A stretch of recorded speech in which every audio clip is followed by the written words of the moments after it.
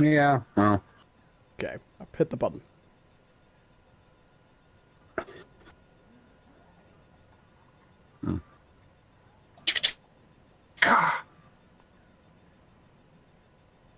And we are live.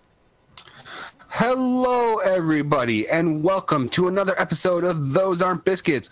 We are back in Bloodborne to see if we can get another 5 feet in progress.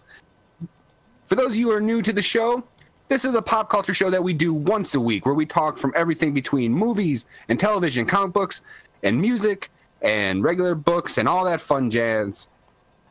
And I'm Jonathan Gadot, and with me, as always, is Owen Adams. How you doing, Owen? I'm doing fine. How are you? I'm doing pretty good. I am in a lot of pain still. I am very much in pain. Uh-huh. Yeah. So I made a decision a while ago, actually quite a while ago, where I agreed that I was going to do one of these crazy 5K obstacle mud run things. Uh-huh.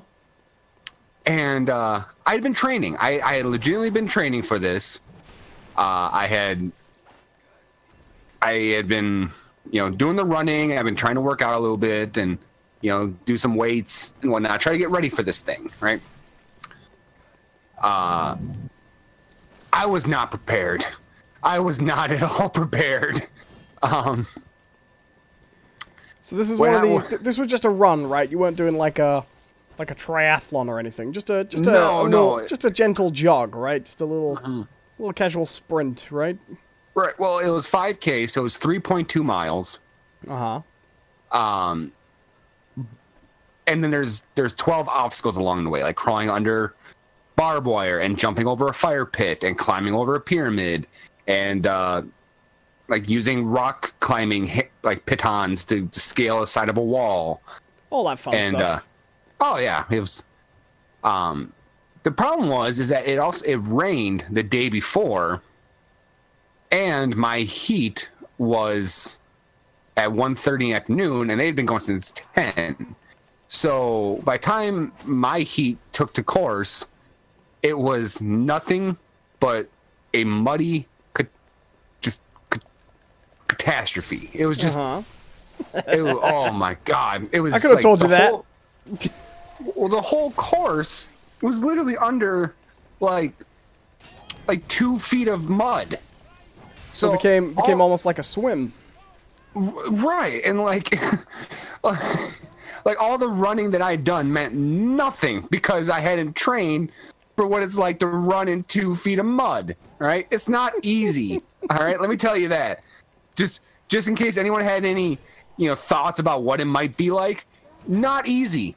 All right, it wasn't fun.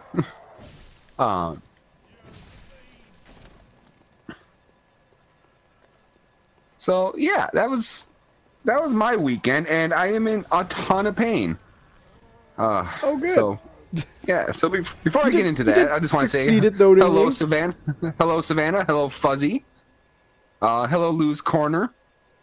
Hello, How are you guys everybody. doing today? Apparently the sound is good. That's good. All right, good. I'm playing a little Bloodborne today, by the way. I'm still adjusting. Okay. Well, it says the game is very quiet. Okay. Well, I can tweak Balance that up is good. Hello, all. All right. Well, you know what? The game isn't the important thing there, Fuzzy. We are. Me and Owen. All right? We're the stars. So as long as you hear us, that's the important thing. No, I did the run, and no, I'm glad I did it. I think I'm going to do it again next year because I know what my time was. It took me an hour and a half to get through that course. Yeah, fuck that rock. I'm trying to remember what the healing button is. Triangle. Oh, there we go. Yeah, I haven't played this since. When was the last time we played? Like 3 weeks ago? Yeah, something like that. I haven't played it since then. So I'm glad I did. I'm gonna do it again next year because it kind of set the benchmark, right? So now next year when I do it, I want to have a better time and be in even better shape. But But it was cool, you know. They give you a medal for completing it. They give you a T-shirt and a hat and a free beer. Can you redeem your free beer before you start the race? Yes, you can actually if you wanted to. They just give you a ticket, and there's a big booth, you know, selling, you know, all these different craft beers. But I will say the weirdest thing though was the event was partially sponsored by this company called Power Core or something like that. And what they do is they do these flavored like protein milks. So it's just milk, but they add like protein powder to it and a flavor. Yeah, I know the kind of thing. We got that. We got that here. And so as you cross the finish line, they just hand you a free thing of milk. And don't get me wrong, I love milk. I really do. But literally the last thing I want to drink after running 3.2 miles through 2-3 feet of mud is milk. Like, I almost threw up looking at it. I was like, oh God. It's like a weird reaction. I don't like milk in that. No, I suppose milk can be a bit claggy, can't it? Yeah, no, it's not good. It's definitely not good when your body is super hot. You're gasping for breath. Oh, well, it's not good for me to ever drink milk then. I'm gonna have to cut milk out of my diet completely. Me and my super hot body can't handle the combo, apparently. That's John's orders. Wiggle, yeah. Too sexy for milk. I'm gonna get that on a T-shirt. Too sexy for milk, as voted by Jonathan Cadot 2018. And then I'm gonna walk around. I'm gonna walk around your hometown wearing it. I'm gonna try to avoid you all day, but I'll be going around places I suspect you frequent. I'll Google Earth it. I'll be like, all right, I've sent John a parcel. I can get his address. Right. And I'll look up where you work, and I'll calculate what I think is the most efficient route to get there and where you'd be likely to stop on the way. And I'll walk around just from roughly where you live to where you work every day for 3 days, wearing my Too Sexy for Milk as voted by Jonathan Cadot 2018 t-shirt. And just see if anybody, you know, comments. I doubt it. Midwestern people kind of just let things go. They were like, oh, John's recruited another one. Yeah, well, you know, we all have our dreams. Just, I hate these guys. So yeah, that was kind of my thing. It's funny too because like after I'd finished the run, I had my beer. I'd like wait in line for an hour to hop back on a bus to go back to where I parked. I was feeling, you know, pretty normal, but I knew in the back of my head, and I had made this decision about mile 2 of the run. I'm like, when this is over, this was all a mistake. Well, yeah, no, that was like mile 0.5. But like at mile 2, I made a decision. I was like, when this is over, I swear to the invisible, unreal God that I am going to eat Taco Bell and Burger King, both.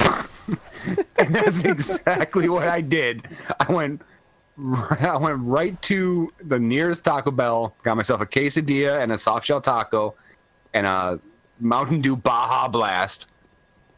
And then I went to Burger King and got myself a Whopper. Yep. I have no health potions. Ooh, well, this should be fun. Run for it! Past the werewolves! There's no point even stopping for the werewolves. They're such a pain. Yeah. Flee! Hello to all chaos. How you doing? Oh, God. Oh, hey, God. Oh, damn it. Damn it! To the cleric beast! I'll do just fine! Hey, how you doing, buddy? Nice to meet you. Or Chaos says, just find the Walmart, Owen. You'll appear in on the People of Walmart website. Oh, do you know what? I figured out how I can win this guy over. I loved you in Pan's Labyrinth. Oh, no! Yeah, well, too late. He's like, I've done other things since. Jeez, no one recognizes my full catalog. We're using the share play thing here, so John can actually take over whatever he likes. I'm gonna try and not take as much time. I feel like I need some more. I'm gonna visit the Hunter's Dream. I think I need to. I'm not gonna get my my souls back for that. My blood, sorry, my blood echoes. I think there is an outfit there though that you can pick up. That's a little bit better. The Hunter's outfit? It doesn't make that much of a difference. The clothes don't change your stats a huge amount. It's best to just wear what you like. I get the feeling that you were just lying to me about this game a lot. Where you're just like, oh yeah, no, yeah, like the leveling up doesn't make that much of a difference. Oh yeah, the armor and stuff, that doesn't really make that much of a difference. Your weapons doesn't really make a lot of that difference. No, people have done the maths on that. It really isn't that. It's such a minor bump per level. I mean, once you're into like 20, 30 levels, it's a difference from the beginning. But like 1 level, 2 levels, it doesn't make a huge difference. Well, so I might head down into the sewers this time. Let's give it a look. Let's see if we go a different way, just to make it a little different from last time. Sure. So you did the run. And I did the run. Did you regret it, or were you glad at the end? Well, you know, I was glad I did it.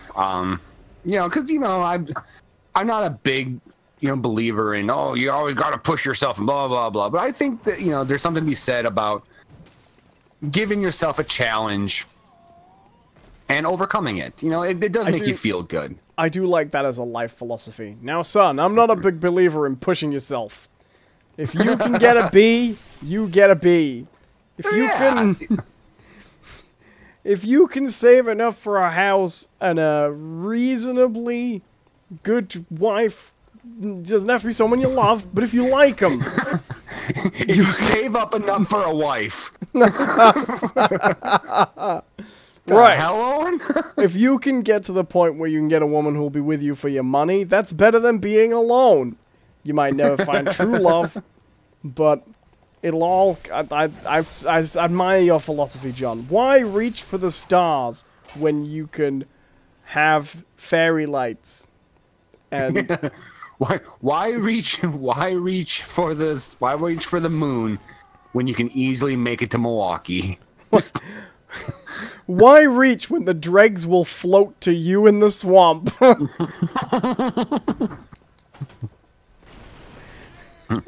Why try? Because when you don't do something for long enough, everyone will do it for you. Right.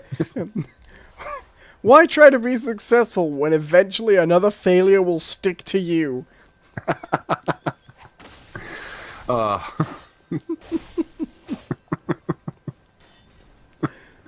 Jonathan Goodot's life coaching. That's right. Just me with my headset up on a stage. I see you out there. I see you. You know, you had that look in your eye like, Jonathan, I want to succeed so badly. I want to achieve everything that this life has to offer. I want to milk success from the teat of the universe. And to you, I say, why? The universe's milk is fine just where it is. Yeah. And no one wants milk after trying real hard, alright? It's not...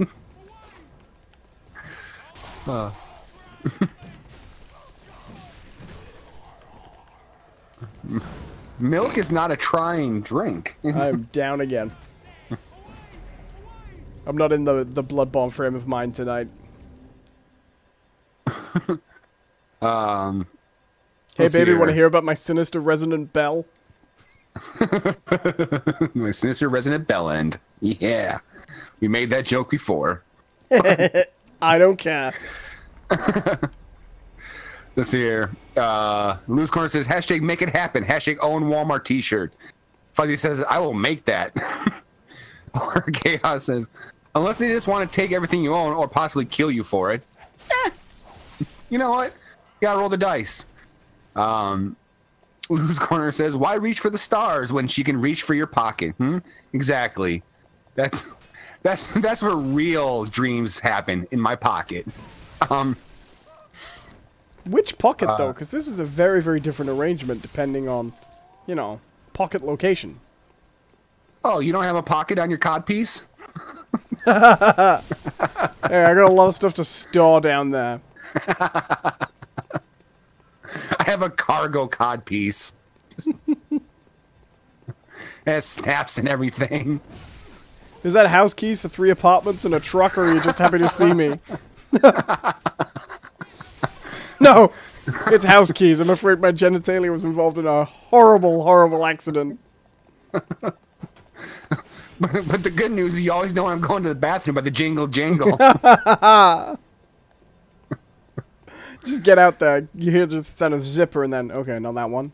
Not that one. Not that one. Not that one. Nope. That's my Mercedes. Not that one. It's like, you know, you're in the bedroom, you know, it's like, all right, baby, this is it. All right, we're going to do it. Like, yeah, all right. Just 1 second. Zip.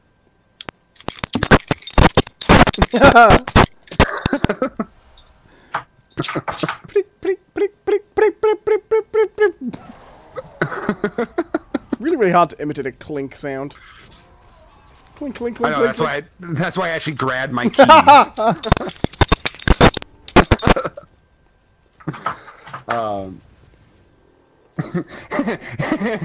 Oh my god, I think keenness. Oh my god, I think you just unlocked my summer house. You damn right I did. And you are welcome.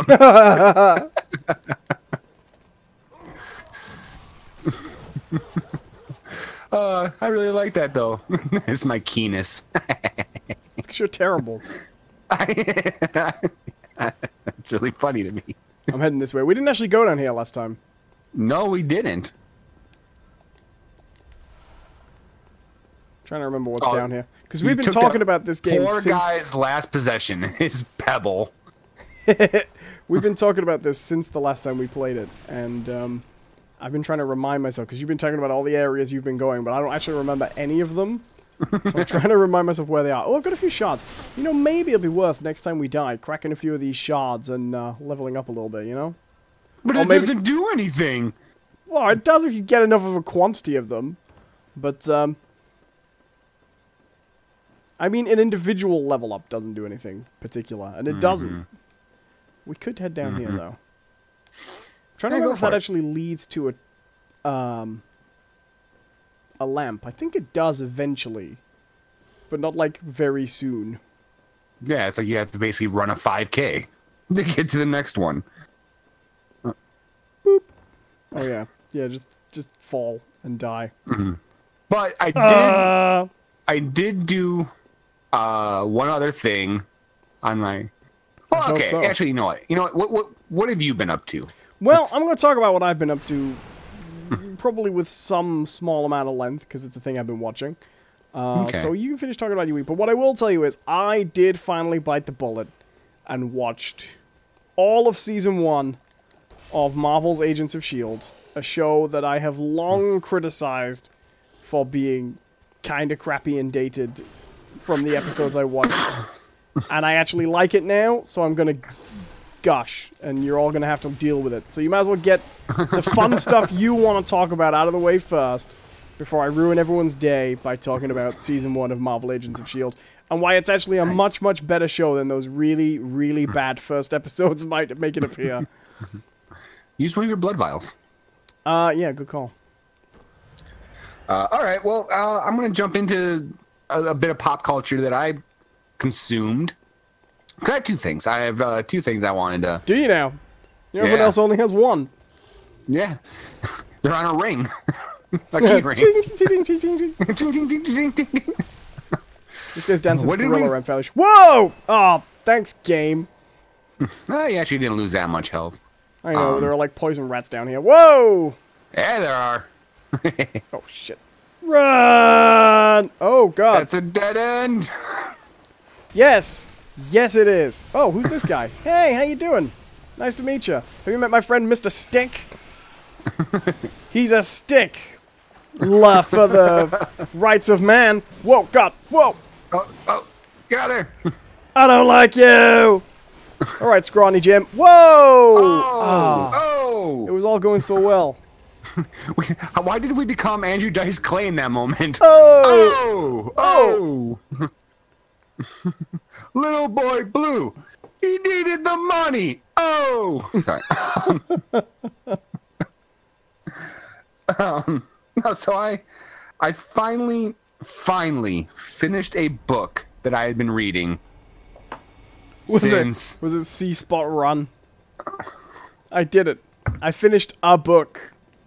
Look, all right. People give C Spot Run a lot of shit, but it literally goes Catcher in the Rye, War and Peace, C Spot Run. All right, the greatest masterpieces of our generation. Do you know what? I'm inclined to agree, but not for the reasons you might think.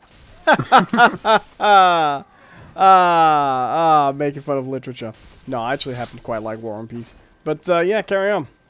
No, I can never finish War and Peace. I started reading it, I'm like, no. Well, I knew someone who thought the book was about a man called Warren Peace for a really long time, and wouldn't believe me that it was called War and Peace. And when they found out that's what they were like, but that's a dumb title. And I'm like, the title is the best thing of the book. That's like, that was always going to be a book title. We were just waiting for the first person to use it. You know what I mean? Right. You know, it's like, did he think did he think that like Harry Potter and the Sorcerer's Stone was like about an unfortunately maimed like ceramic artist? You know, I don't know, but like War and Peace to me sounds like an ironically named 1960s comic book supervillain. You know what I mean? Right. War and Peace, the arms trading mogul of New York. Right. You know, they probably would have made him a hero, actually, where it's like, warmonger by day, hippie by night, peace man by night. Well, there's a great series of comics that used to run in the old Simpsons comic. There was a run of comics that used to run based on Radioactive Man, but they were parodies of Golden Age comics, you know? Okay. And there's a brilliant one where they ran in sort of self-contained issues, but they would like refer to old issues you never saw, you know? Mm-hmm. Like you were reading one out of a classic run of comics. And there's one where a guy turns up as famous hero from the past, and his suit has this huge love heart with gunshots on it, like with dripping blood. Okay. And Captain America goes, I recognize you, but the costume looks a little different. Why, it's Purple Heart. And he goes, things have changed now, Radioactive Man. It's Bleeding Heart now. I've gone liberal. It was a really fantastic little comic.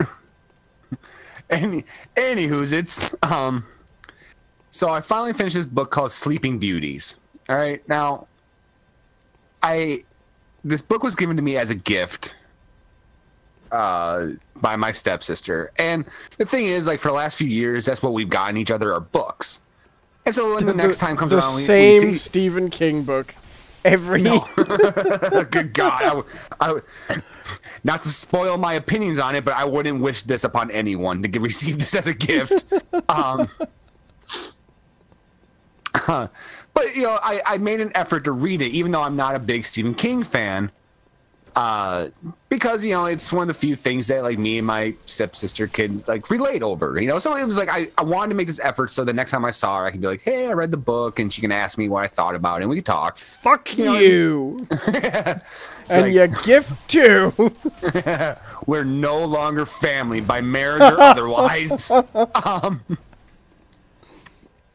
So, but she gave me this book, and so I wanted to read it, and let's be clear. I didn't like this damn book, guys. I just didn't like it. For one thing, it's this, you know, the writing style. Like, I have long, you know, not liked Stephen King writing style. It just too much, you know, too much that doesn't say enough. You know, that's how I kind of describe his writing, where, like, you know, a lot of people say that about King, but I must admit I don't see it myself. But continue. I've heard it enough times that it must be true, but I've just never seen it that way. Well, you know, if you're a fan, you're a fan. You know, it's just to me. No, I agree. Yeah, you know, he'll make like a point, and then like there'll be a major plot point, and then everything will just stop for like 4 pages, where he goes on about something that really doesn't have a bearing on what's going on, you know. And like I can give him the credit, like, okay, he's trying to flesh out the characters and the world that he's in, and that's fine. But so much of it seems extraneous and unnecessary, you know? But anyways, so the basic premise of the book. Oh, I was dodging. You want to take over? Let me go through this a little. Yeah, go for it. One more death, and then. So, the book. The premise is basically all the women in the world fall asleep, and when they do, they get wrapped up in these cocoons, and their minds get transported to another world. Oh, so it's a realistic book then. Yeah, absolutely. It's historical fiction, actually, talking about the great cocooning of 1819. The great cocooning, as if like there was a series of smaller cocoonings. Right. You know, the lesser cocoonings. But this was like the memorable cocooning. Yeah, the minor cocoonings. Well, I mean, the cocoonings are really more seasonal, you know? That every so often you have a really substantial cocooning. You know, it's a shame when people get, you know, seasonal effective cocooning, you know, or sack. Well, I hear, I mean, I don't know about you, if it's a really bad way you are, but I hear, like, Wisconsin has very bad cocoonings. Much worse than, you know, a lot of other states in the U.S., right? You know, it can get pretty bad over here. I'm not gonna lie. It's one of the dark parts of Wisconsin history and culture that, you know, people try not to dwell on too much, or honestly at this point people kind of celebrate it, you know, where it's like, you know, cocoon Wisconsinability, woo. That's a play on a real T-shirt that the shirt says "Drink Wisconsinably." Oh God, we'd never survive. Oh, and there's bumper stickers out there too. It says, you know, Wisconsin out drinking your state since 1858, you know, and shit like that. But you should just get one that just says Wisconsin, we're alcoholics. Yeah, I'm pretty sure that exists. And just like a sad face, just like the sad smiley. just a stick man with his head down on a table while his family's walking out the door. I'm sorry, Wisconsin. I've never been there. I'm sure it's lovely. I like it well enough.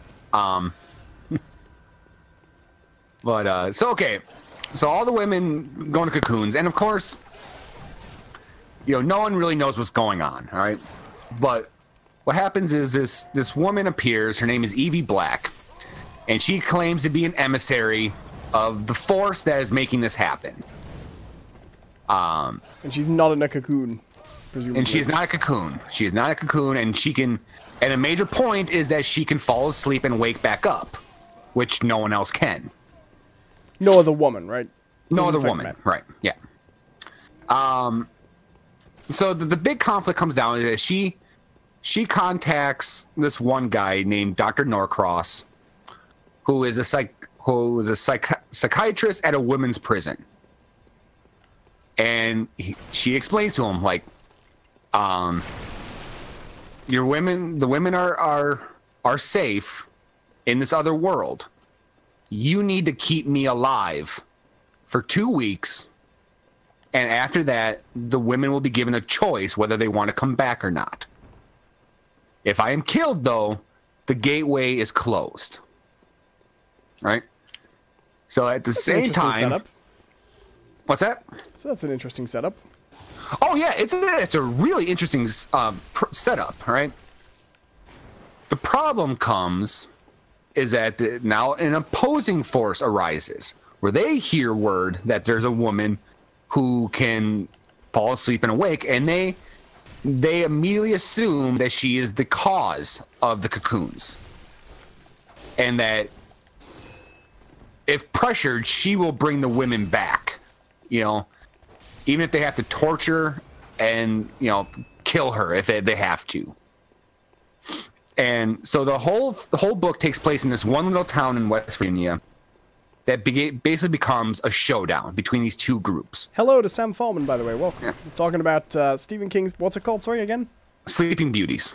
Stephen King's Sleeping Beauties, which sounds like a beauty product. Actually, it sounds like a treatment. Oh, they really play up that Sleeping Beauties thing, because they refer to what's going on as the Aurora virus, as in Princess Aurora. So there becomes a standoff between the group of guys that Dr. Norcross has gathered and the group of guys that this guy named Frank Geary has gathered together. And so while this is going on, all the women in the other world, what they call our place, have to basically restart society because time is moving different over there. So what is only like 2 weeks for the men goes on like a year for them. And so they have to try to basically kickstart society over there because they have no idea what's going on either. And as far as they know, they're stuck in this world. Here becomes the biggest problem with the book. Stephen King, and this was also co-written by his son Owen King. No relation. No relation. Yeah, don't lie. No relation. They're really trying to make a point, right? They're really trying to make a very political point about the difference between men and women, about, you know, the treatment of women, you know, how they are the fairer sex. Well, you know, I've heard the book makes a good point about not making women sleep in cocoons. Yeah, you should avoid doing that. So those rats look so happy to have killed me. I hate you, stupid rats. They make this big point about this, and they, you know, and what it comes down to is all the women in our place make it a point to all the characters shown in our place or the women's new world all have a very tragic like history with men, and they make it a point to really dive into that and explain what had happened to all these women and how they were wronged by men, which is legitimate, you know, because a lot of women are abused and mistreated, and so that's fair and all. But when they start to really break down the differences between men and women, it literally sounds like the literary equivalent of men do this and women do that. Aren't people weird? Isn't airline food terrible? Right. Like all of his like most salient points sound like bits from a stand-up special. You know? And then, like, just to really nail it home, like, so these women have to kickstart society, right? And they just fucking nail it their first try, right? They figure out solar panels like instantly. They get running water up and going within like days. They set up a governing body that is like at both times decisive but also representative. They, you know, there's no money or greed or anything like this. You know, they basically make a utopia for themselves on the first go around. Like, there's no trial and error. They're like, oh yeah, we got this. But they also the book also makes a really big assumption. And the assumption is all women get along. right? And that's just not true. You know, like, left to their own devices, like, women, just like anyone else, are going to find things that they disagree with other women about. And they're going to find differences. And they're not going to like everyone. You know? In a weird way, suggesting... Yo, you're dead. I know. I was going for it. But I always get jammed. I'm going to go back to the Hunter's Dream and see if I can actually crack some of those... okay. Those blood echoes, so we can level up a little bit. And while he's trying to, like, Steven and Owen are trying to make this, you know, point about, you know, women representation and how good women are and they need to be treated better, they make a very, in a weird way, they make a very sexist decision. Because none of the, they don't picture any of the interaction between women as, like, confrontational or anything other than polite and friendly, which is a really huge generalization about the relationships that women have. Right, that makes sense. And I remember being just annoyed by it. Like, here's the thing, like, on the other side of things, when they show, like, the men, like, chaos just breaks out across the planet, right? People are rioting, they're destroying things, they're starting fights and wars and whatever. And I can kind of buy that, you know? like yeah, of course, you know, something horrible like this, and now everyone is, for all intents and purposes, facing apocalypse because with no women they can't reproduce. Like, yeah, okay, I can get that. It's not good and it's not flattering to men, but it's something I can believe in, you know, the idea that conflict is going to exist. The idea of, like, if we take all the women and put them in their own little special area, they're not going to have a conflict, says to me that Stephen and Owen King do not understand people or women. I can believe that. Oh yeah, and then, like,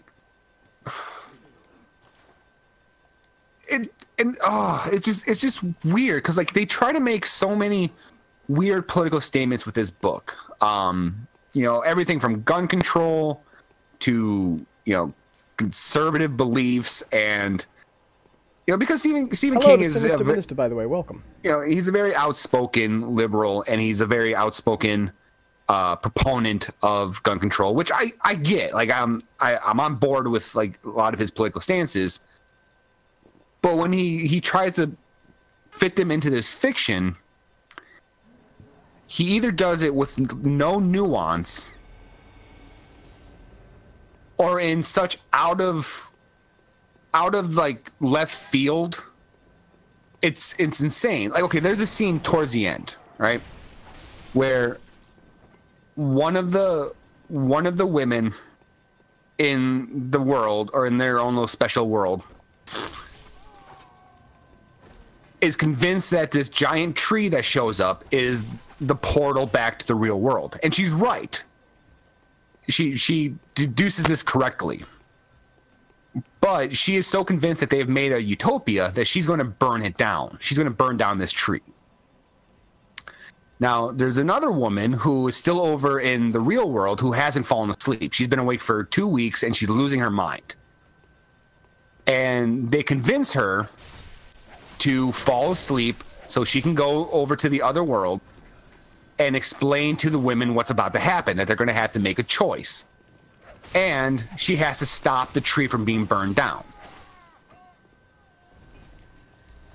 So she falls asleep. She shows up in the other world. I have to say, the plot sounds very interesting.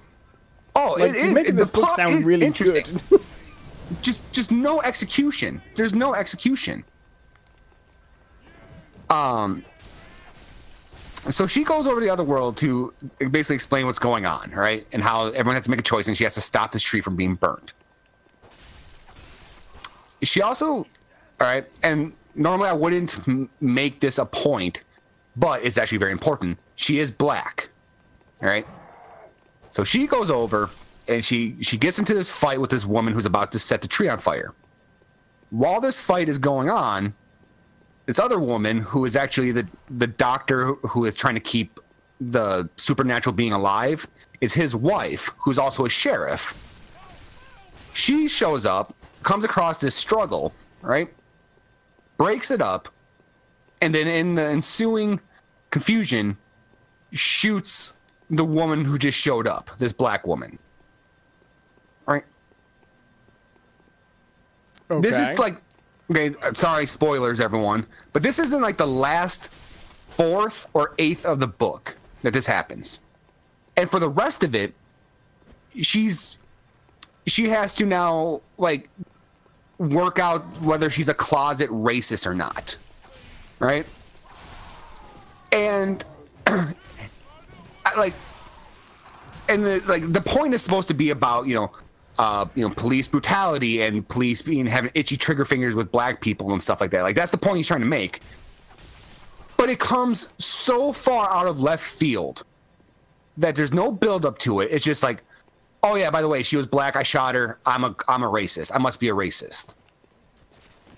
And it like, the whole scenario felt like they had finished the book, right? They'd finished it. They were, waiting for confirmation, approval from the publisher or whatever.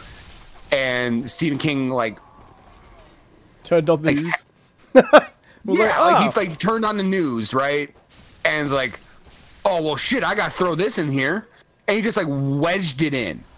Like, don't get me wrong, like, it's like in a different piece of fiction, it'd be a very compelling situation, right? That situation alone could have its own book, right?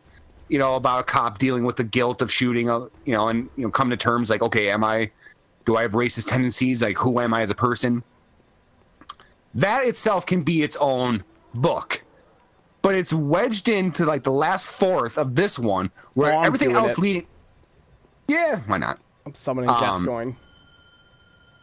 But everything leading up to it has all been about something completely else, right? And it's I don't know. It just really, really bugged me. Like, and it was so unnecessary. Grab your souls. You just ran right past your souls. I thought to get the dog first. Right. No, I felt the same way. Joe, it's quite a different book, but I felt the same way about Insomnia, which it's not for political reasons, but Insomnia is a book that Stephen King wrote that really wants to be deep philosophically, and is terrible. But it does have some political stuff in it too. Insomnia starts off with a guy who, he's an old man and his wife's just died. And he's driving down the street one day and he sees someone he knew who used to be not particularly interested in anything politically, but has recently become very, very political on the abortion issue. Get into this really angry dispute with someone, like a road rage incident, and it escalates. And then he sort of goes the separate ways. But and this guy's, he has insomnia, right? So the main plot is about this guy who has insomnia, and as he starts to lose his sleep, he gradually becomes more and more aware. Oh, I don't think Gascoigne made it with me. He becomes more and more aware that that as he's losing sleep, things are following him. He's seeing these creatures. He basically discovers, because he's been out of sleep for such a long time, that that when you die, little ghosts come and politely move you on to the next life and sever your lifeline. He starts seeing these lifelines above people, and then he starts seeing these more malevolent versions that come and snip people's lifelines before they're ready to die, and then those people go on to have horrible deaths, right? That's the main plot. But alongside this, there's this abortion thing, as this whole town starts being more and more divided, and they're going nuts over this abortion issue, where they've become really tribal and divided on it, seemingly for no reason. And then it escalates fairly late into the game into a terrorist plot in a football stadium, I think. God, I gave up reading it. And it just, it's one of those books where it just seems to go, and then this happened. And then this happened. And then this happened. You know, the problem with Father Gascoigne is you can summon him sometimes, but you need to have the stuff to summon him. And if you're not ready for the fight, when it comes to it, you just get him killed. And you can't summon him again? I think you can. You can't summon him once you've beaten him, because he's like the next boss in the game. Right. Of course, the guns aren't that effective. No. Mind you, the blunderbuss is a little bit more effective than the pistol, which is what I chose last time. Let's get the stamina back up. Mm-hmm. Come on. But yeah, Insomnia is like that. It doesn't have the political problems, like of trying to make a point too hard. Except it does say he is trying to make a point about the abortion issue and that, but not for and against. It's more about the tribalization of people. Right. Which is a more interesting point, but it's in this book that overall has nothing to do with that. Okay, so it's a bad retelling of The Dead Zone. I've never read The Dead Zone. Well, you know, it's funny, like the whole thing about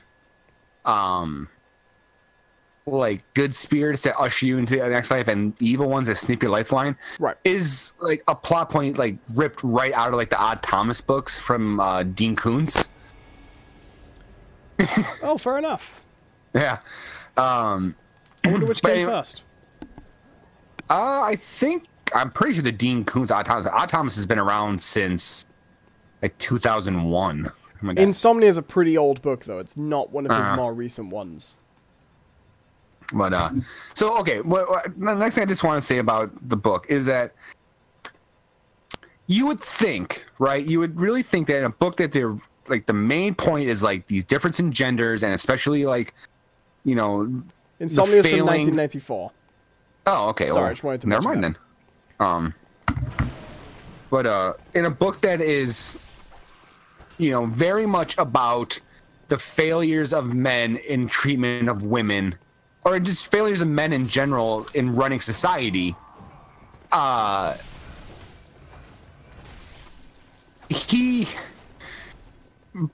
they fail so miserably at this whole, like, I've noticed it a lot, like, on Twitter and stuff, like, people calling out, like, you know, the guy, you know, the butthole smells like tobacco. You know? That was so funny. But they're You're gonna have to guilty explain of this. that, though, because no one on the other end of the stream is going to understand that. Oh, sure. We'll explain that in a little bit. But there's so many instances of those really bad men describing women in books situations that come up in this book. Right. Like, for instance, there's an example, right? There's a character, her name is Van, right? And they make a very big point to describe how she's a very strong woman. Like, not like just mentally, but she's like physically intimidating. Like, she does like arm wrestling competitions, and she, you know, she can break someone's jaw by punching them. You know, they make a very, very big point about how she is this super strong, like physically strong person, right? Towards the end of the book, she finds out that these true criminals are about to go try to do something really bad. So she's going to track them down and take care of them, because no one else is bothering to watch them because of this big standoff that's going on, right? So she tracks them down, and in the moment where she confronts them, she has a rifle. And what they're trying to explain is that she's going to fire this gun from her hip, you know, where it's, you know, from her side, right, not like up, you know. But they describe it as like, I won't be able to say it exactly, but it goes, Van tucked the gun underneath her sizable and prominent breasts and pulled the trigger. It's like, why? Why did you need to say it like that? Like, there was no need to mention the fact that, like, her boobs were there. Like, it served no purpose. then there was another moment as well where before everything was really going on, when they're at the women's prison, there was an inmate that everyone referred to as the most attractive inmate in the prison, right? And they probably mentioned at least 3 or 4 times the fact that she was walking around with her inmate uniform top tied around her waist instead of over, her shoulders. So she would walk around in her sports bra, and that's all she was walking around in. They make a point to mention that like 3 or 4 times about basically how her tits are hanging out. Oh, Stephen King, you old lech. And it's like, really, guys? You are writing a book about the failures of representing women and the mistreatment of women, and you fall for the oldest goddamn trap in the literary world of men trying to describe women and not sound like sexual about it. Sinister Minister says the old over boob shot. I knew you could get down here before you killed the cleric beast. Yeah, it's for stability.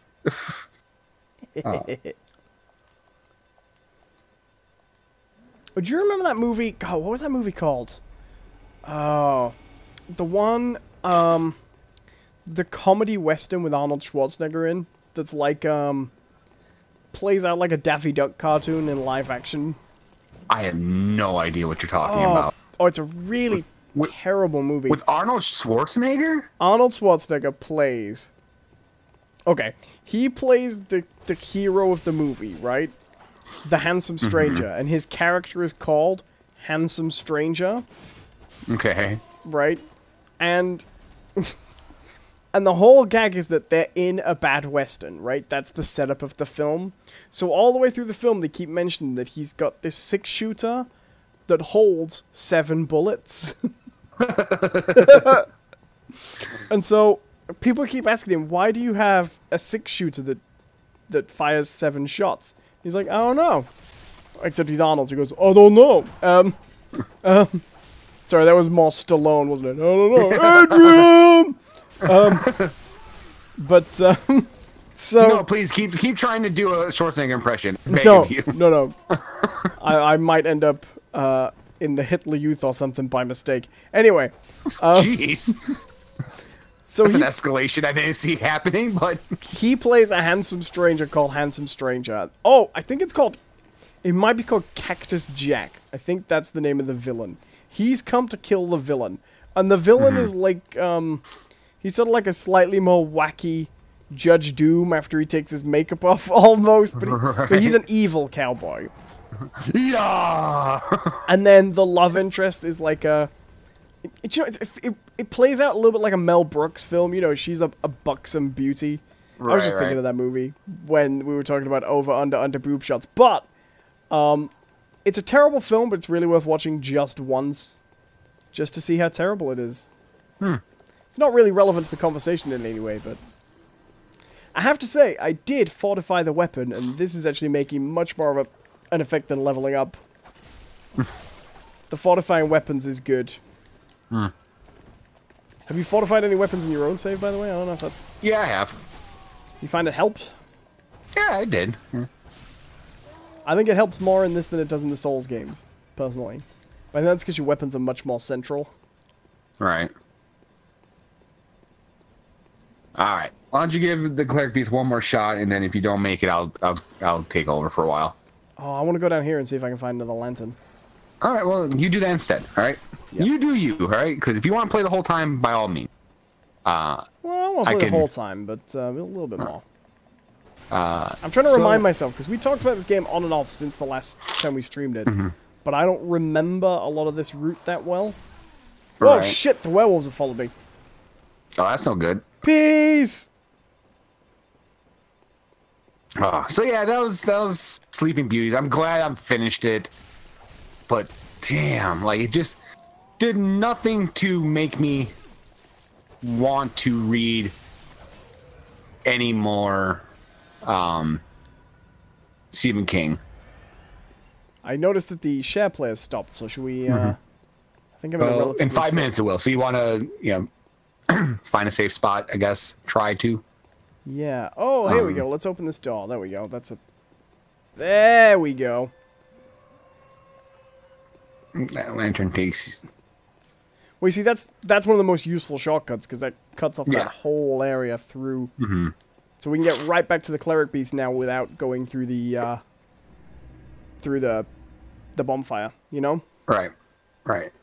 'Tis a handy shortcut to have. I thought it was taking longer than it should.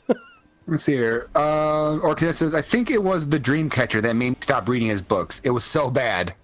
Yeah, they made that a movie, too. Which is... Yeah, and it was renowned for being one of the worst Stephen King books at the time. Right. Like, it wasn't a recent conclusion.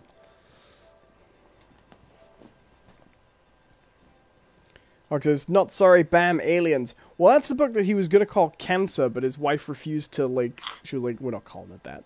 Because she was a cancer survivor. Well, and that was the thing. Like, when I was reading this Sleeping Beauties and how so much it dealt with gender, I'm like, why didn't you ask your wife to write this with you? She is also an acclaimed writer. Like... I'm having a little trouble figuring out how to give you the controller. Oh, there we go. It has allowed me. Right, I'm going to give you the controller now, alright? Okay. So have fun. Enjoy. Right. Okay, I got used to the delay. See, I like some Stephen King, but I think he's very hit and miss. Like, I think Cujo's a really good book. Have you ever read Cell? No. Cell is sort of amazing, but terrible. I think you've mentioned that before. How much you enjoy that book. What? I'm not entirely sure if I said that I would be lying. It's sort of terrible.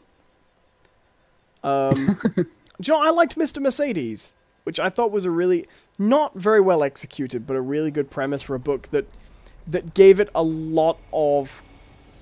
the premise was so good it gave it a lot to work with, you know? Right. I liked the idea of... Oh, fuck. So, Mr. Mercedes is about a guy who... there's a queue of people outside a job fair, and a guy in a Mercedes just plows them down, killing very many of them. And then there was a police officer on the case, and it was one of his last cases before he retired, but they never catch the guy. And they're waiting for him to repeat it again, because most killers are...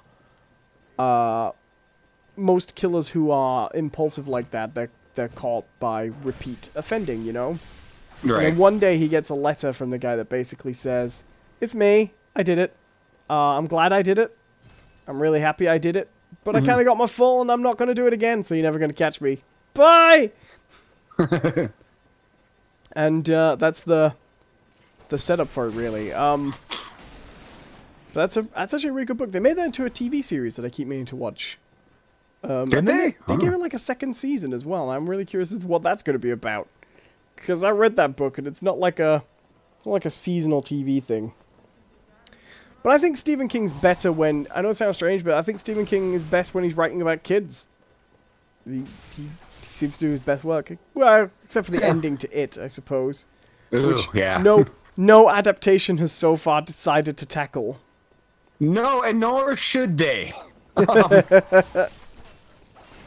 I think that's like an unspoken agreement among everyone. Like, we will never, ever film this scene. Og says, the movie of Needful Things was so bad, but I liked the book because it didn't give away the entire premise in 5 minutes. Needful Things is, again, one of those really great premises that isn't necessarily a great book, I guess, but I do agree it's a really good setup. Needful Things actually really plays in well to, like we were saying about Stephen King overwriting. I think maybe that's one of the books that works well for his style, because a lot of Needful Things is people on their own wondering why they're doing these strange things that weren't necessarily their choices. And then their peculiar obsessions with certain items that make them vulnerable to manipulation. And that kind of works well for the way he writes, you know? But I like Needful Things. So do you have a Stephen King book you like? I'm curious, since you didn't like this one. I'll say that I never finished reading it. I started, but I never finished. So I did the whole read the wiki on it. And so in premise, I really oh god damn it. I really like The Stand in premise. I have no idea how it's executed. I have to say, I think The Shining book is substantially better than the movie. I think The Shining... so what really puts me off The Shining movie, everybody really likes it. I think Shelley Duvall in that movie is awful, and I think casting her in that role was terrible. And I think the entire... people talk about bad execution by Stephen King. I think the execution of that character being played by Shelley Duvall in that film is awful. I think it drags down the whole movie. I'm not a big fan of Jack Nicholson in it either, but and this is not a criticism of Shelley Duvall. I mean, the one thing I've heard from Stephen King that he's consistently said about that movie is that Shelley Duvall is one of the most misogynistic characters put on film in that film, and I agree. Mm-hmm. She is not the character from the book, right? And it's way beyond damsel in distress. That's a film that wants to torment her, you know? Right. But the book actually gets into a few things that are really... Like, it's been a while since I saw the film, but I feel like the film doesn't really dwell on things like the radio that gets damaged, and there's a long period in the book when you don't really know how the radio got damaged, you know what I mean? Things like that. I think the book is really good. I like The Shining. But, Alright. You got me. You got me. Okay, it says, like, any movie that casts Joan Cusack, in my opinion. Oh, I love Joan Cusack. Oh, I can't agree with you there, Og. I love Joan. The she's Joan of movies. I think she's great. Mm-hmm. She has to be in the right film, though. Like... I think she's very good as a... how do I say it? Like, not like a sidekick, but like... She's very good as the not main character, you know? Yeah. Yeah. Oh, come on. Oh, come on. Oh, I mean, she plays a really good caricature in School of Rock, which is the first thing I ever saw her in. And I like her very small bit role in High Fidelity. Right. But I think she's done some really good stuff I liked. I liked her in... I actually like her playing John Cusack's sister in Say Anything, you know? Mm-hmm. Because I think that's just nice to see them in. I like Joan Cusack. I'm trying to think of anything I've really not liked her in. I think I like her because she's different, you know? Right. There isn't really anybody out there like Joan.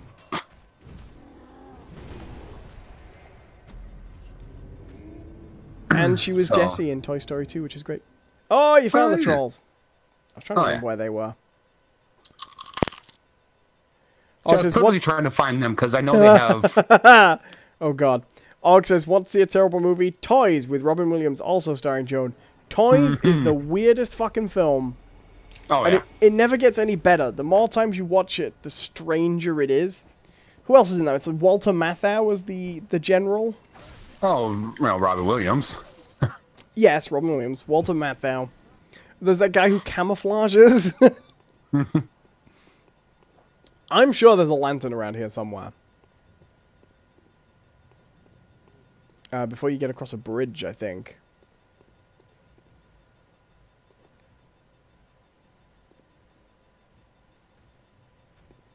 Because the thing is, you don't have to kill the cleric beast to progress through the game.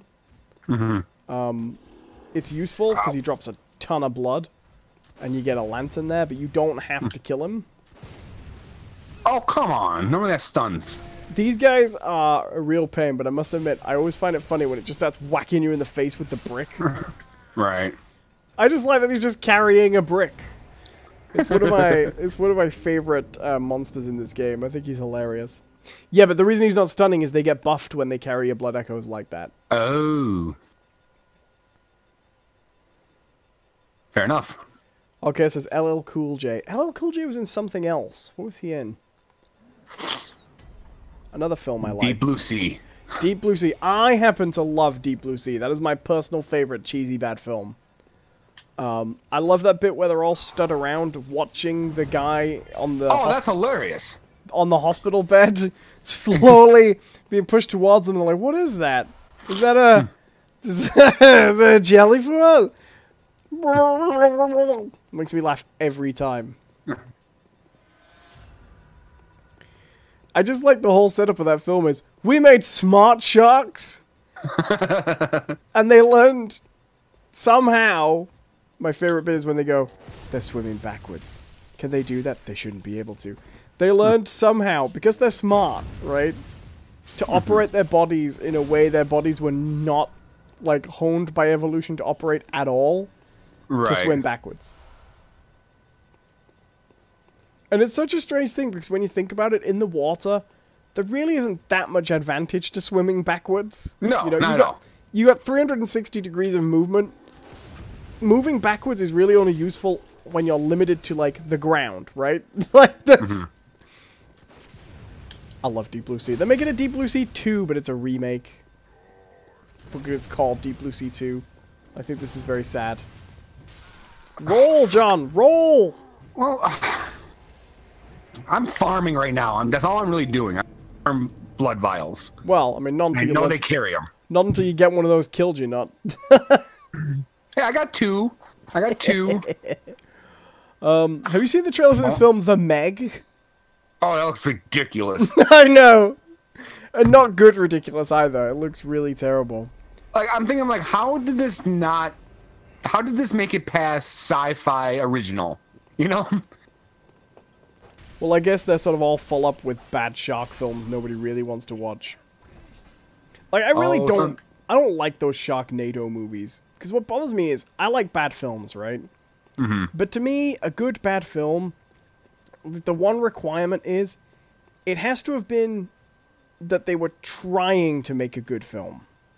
Right. If they just set out to make a bad film, and it was always bad, that just doesn't have anything in it for me. Because the thing about Sharknado is, it's very much an attempt to make a so bad it's good movie right from the start. And that just, no. That just makes a bad movie. Roll! Roll! God damn it! I'm trying to roll! There's a delay, Owen! There's a delay. Yeah, there's a delay between my respect for you and you playing this game. But it's not a big one. That didn't work. Is there like a lift around here that takes you to a different section of the city too? I don't know, Owen. Pretty sure there is. Okay. You've been down here before though, right? Yes, I have. I just want to get to 10 souls or 10 blood vials. I want to try the cleric beast again.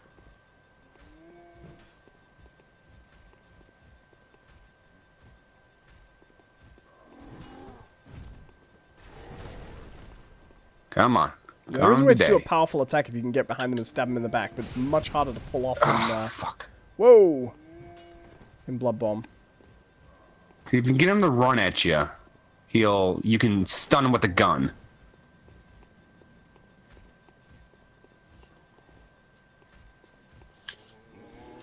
Like that. Oh, nice.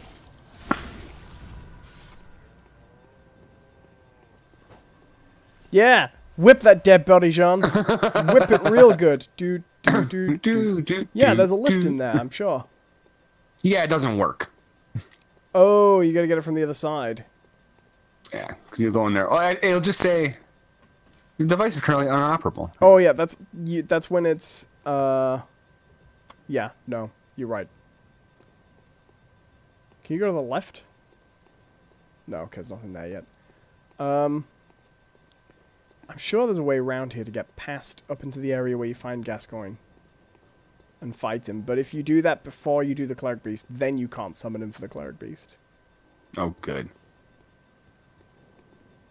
Well, that's alright. I wasn't...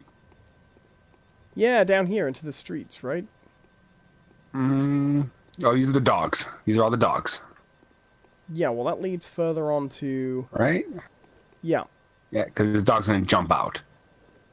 No, the dogs stay locked in. There are other dogs that spawn further down. No. One of them will break out. Yeah, oh, see, told you. Fair enough. Well, you can't just... I was just whacking while they're in the cages. Fuck you, puppy!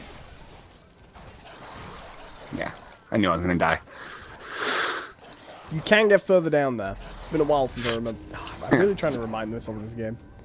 Alright, so why don't you start telling me about Agents of S.H.I.E.L.D., huh? Ooh. Getting tetchy, John, eh? No, I'm just, we do a pop culture show. Right? Yeah, I watched season 1 of Agents of S.H.I.E.L.D. It was good. Now let me carry on guiding you through Bloodborne.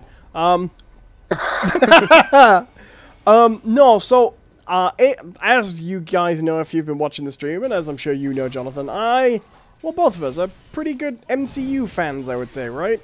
Right? We're both, I would say so. Pretty fond of the MCU. Agents of S.H.I.E.L.D. is kind of the one thing... Okay, I've watched most of the Netflix shows. I'm still a little behind. I haven't done Punisher or Jessica Jones Season 2, just because I haven't had time, really. But I've watched most of those. I've watched all the movies. The one area I have never really delved into has been the NBC shows, which are Inhumans, Agents of S.H.I.E.L.D., and Agent Carter, right? Right. I don't think I'm missing one. I don't think so. The reason I haven't really delved into those is I watched the first 3 episodes of Agent of S.H.I.E.L.D. when it was first on, and I actually thought it was terrible. The first episode was pretty bad, and then the second episode was pretty extremely bad, and then episode 3, I didn't even think I'd watched episode 3 when we actually when I watched it again. I was sat there going, I think I might have actually got through this one. And then I had a vague memory of halfway through me just turning to Beth and saying, are you really watching this? Because I'm I'm just reading this book while it's on. So we didn't watch anymore. But around Infinity War, I decided to do we did a big rewatch of all the Marvel movies. And so I've been kind of living Marvel movies since Infinity War was, up and coming, and that's been my every week. And now the movie's out, I was kind of missing it. I wanted some more Marvel, So I thought, all right, I'll go do it. Everybody says Agents of S.H.I.E.L.D. gets better if you give it time, and I figured, I like the movies, and if I could stick with it and watch it in my own time, I'm not trying to watch it with my girlfriend. I'm just trying to watch it myself, so I've got plenty of time to just burn through it. Do you see my souls anywhere? They should be around here. One of the other dogs will have them. Curses. And, yeah, there it is, in that cage. Just go smash him. And so I figured, yeah, I'll do it. I'll sit and I'll get through it. And I did. I managed to get through the first season. I actually really like it. So what I didn't like about it the first time was, obviously the show was partly brought into being by Joss Whedon. And a lot of people were kind of excited by that, because Joss Whedon, you got your Buffy, you got your Firefly. He's been responsible for a lot of very successful TV, but I don't think he's worked on TV for a long time, right? Not since Dollhouse, maybe? Nah, I think so, yeah. And the truth is, TV has changed. And when I watched Agents of S.H.I.E.L.D. for the first few episodes, the big feeling I got from it was that it felt old, It felt like old TV. They don't do TV like this anymore. I mean, if you think about a show like Torchwood, right? Torchwood is an attempt to make a show like Agents of S.H.I.E.L.D. based on American TV, right? That's very clearly what that show is. To do a British take on that kind of show. And that terrible. very I'd recommend Children of Earth. It's a very inconsistent show, Torchwood. Very, very inconsistent. But I would recommend the 3rd and 4th seasons, which are very, very different shows. But, yes, very inconsistent. But if you think about it, that show premiered in 2006, right?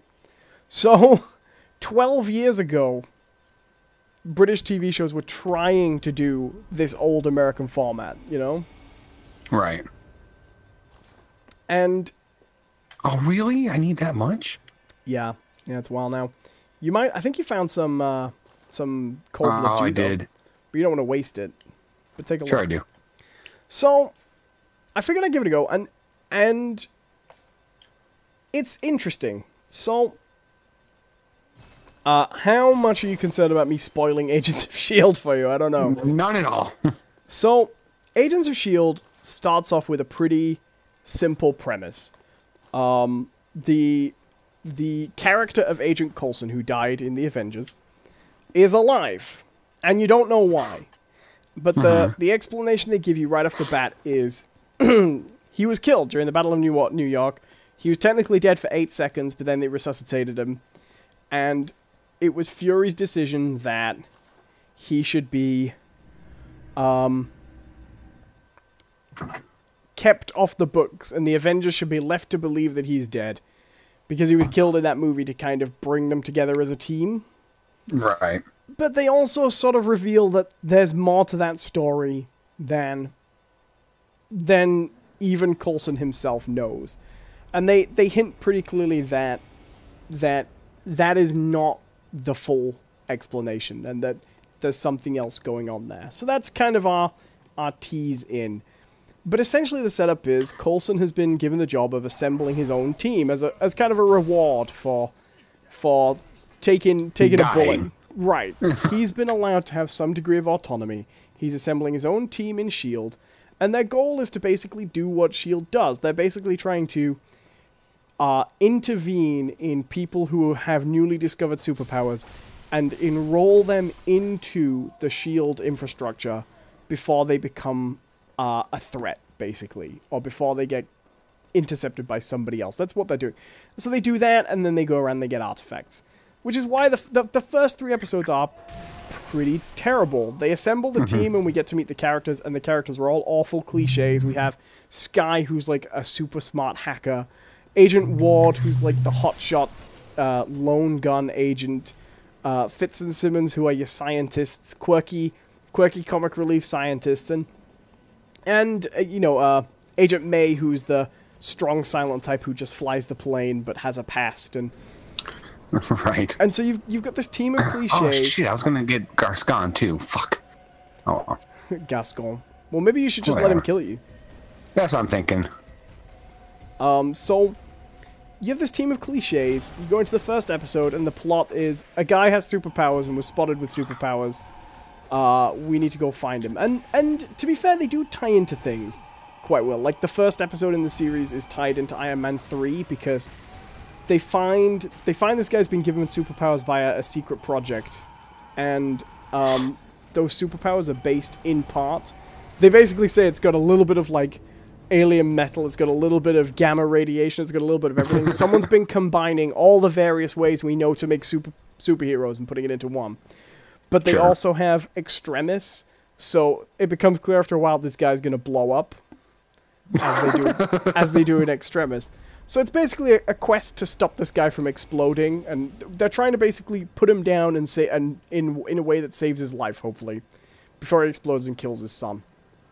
And it's a really bad episode. It's terrible. The second episode's even worse. They go out in search of an artifact called an 084, which is that's what happens when there's a really powerful artifact, but we don't know what it is. And when they get there, they casually mention that it's based on Tesseract technology. So they're dropping notes, but these early episodes are really, really rough. And unfortunately, they're not just bad by today's standards, but if they were like one of these sci-fi investigative team shows from the 2000s, they would actually probably have been pretty bad then. That's saying a lot. Right. And so that's kind of why I didn't stick with the show. And I'm really glad I pushed through it, because it picks up quite considerably. So I basically grinned and bet it, and I said to myself, I'm going to be in it for the crossovers, right? I'm just going to enjoy the references. And the references do happen. They do have some really good episodes. But it actually starts to get pretty good as we get closer and closer to Age of Ultron? Winter Soldier. Okay. So what starts building up in the show is a few different plots start to coalesce, and they start off like They start off as self-contained episodes, and it's for the first half of the season, it's a very Monster of the Week type show. But what becomes clear as it moves on is this is not a Monster of the Week show. And in fact, by about the halfway point, it becomes clear that every episode that you kind of thought was self-contained actually isn't. And these various plots start to come together. And the way they come together is, we learn that there is a separate organization that's tracking down superheroes, basically superpowered individuals. And they're called Centipede, because the technology is a... Of course. Well, their technology is a centipede, basically. Well, let me summon. Oh, you need insight. You need at least one insight. What's insight? You got it the first time you see the cleric beast. I might have spent it on my last summon. I'm sorry. Dude. Sorry. Go fight him. You can do it. I believe in you. Fuck it. So they fit people with this thing called a centipede, which is just a device on their arm that looks like a centipede, right? And it's what puts the chemicals in. So first they discover that there's this company called Centipede, but they don't know who they work for. And Centipede is run by a guy called the Clairvoyant, who's supposed to be a psychic, right? But every time is his name like Claire, Claire, Voyant? Nope. He is the Clairvoyant. And every time they mention him, Coulson goes to some extent to say he's obviously faking superpowers somehow. Like, in all the years we have never proven the existence of a psychic. It's just never happened. There are no psychics. From what we can tell, there are no psychics at all. Psychics don't exist. There are no psychics. The Clairvoyant, whoever he is, isn't clairvoyant because there are no psychics, right? And they go to quite a length to establish that. But the more they have dealings with this guy, the Clairvoyant, the more he seems to know things. So that's one of the plots. And then they find there's this other running plot involving this other secret organization that puts implants behind people's eyes, basically. And these implants send messages through to their eye, and they give them orders. So there's one group that's giving people superpowers, and one organization that's controlling people by putting secret messages in their eyes and tormenting them if they don't obey their orders. And then there are these individual little artifacts coming together. On top of that, something's going on with S.H.I.E.L.D. where they can't seem to get the resources they used to, and it builds gradually. And then also there's this plot with Coulson trying to figure out why he is why people seem to think there's more to his death than meets the eye. Because what the Clairvoyant wants is, the Clairvoyant claims that he can see everything, but the one thing he can't see is how Coulson's been resurrected from the dead. So he's also trying to manipulate S.H.I.E.L.D. into telling him why that's happened. I'm not going to go into the details of the in and outs plots, but these are the different elements that build up over the season, you know? And so it starts to get kind of intriguing, but you're still very in episode of the week territory. Where it really gets good is things start to come to a head when we catch up with the Winter Soldier. So in the build-up to Winter Soldier, S.H.I.E.L.D's mostly been pretty together, and they've been doing their various missions, but they've been trying to capture this guy, the Clairvoyant, and it gradually becomes clear that the Clairvoyant isn't what he seems to be. They do actually find a guy who claims to be psychic, and they kill him. But then they start to get suspicious that it's not him, and eventually one of the agents starts to put together that... How do you stun him? I know there's a way to stun him. By being very careful. I never stunned him, just dodge a lot. That's about all you can do. And whack him. And then eventually he runs out of energy. He goes through tired phases. So after a while with this thing, the Clairvoyant, eventually someone figures out. Because they go through a period of basically believing that he might actually be psychic because of things that he knows. And he manages to provide Coulson with some of the information needed to kind of prove that. But then Winter Soldier happens. And someone else deduces that to get all the information the Clairvoyant had on them, all the secret information he seems to know, you wouldn't need to be psychic, you just need to have access to a lot of S.H.I.E.L.D. files. And they basically figure out that the Clairvoyant isn't a superpowered person with psychic powers. Dude, back up! Get off! Shall I just let you do this? No, you can keep talking. It's ow! What the hell? You gotta roll. You have to roll around behind him when he's attacking. I am well aware of the roll, Owen.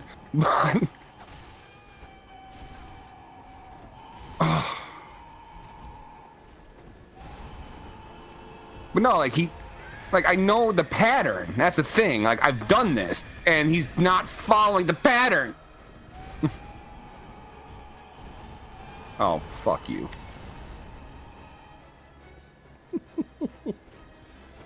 He's tough. I found this guy tougher than I found the next boss. By quite some way.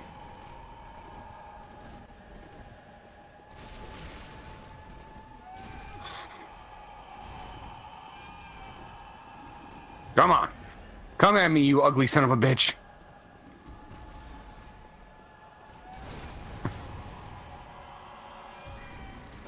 Damn it, I know there's a way to stun you, I just can't remember what it is.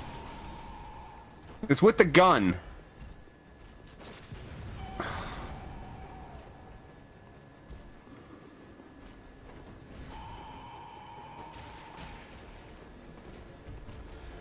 You want to do this? Let's do this.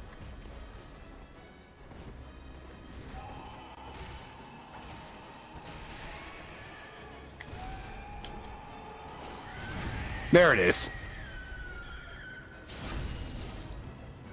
I think that's just a phase that happens to him when he takes enough damage.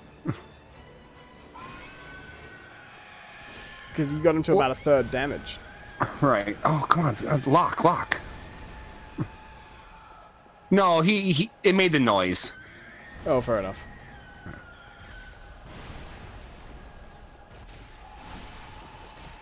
No, back.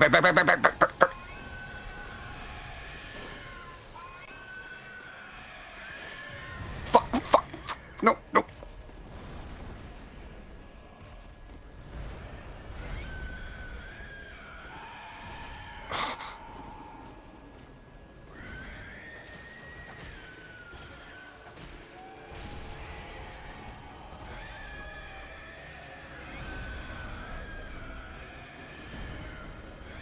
Oh, shit.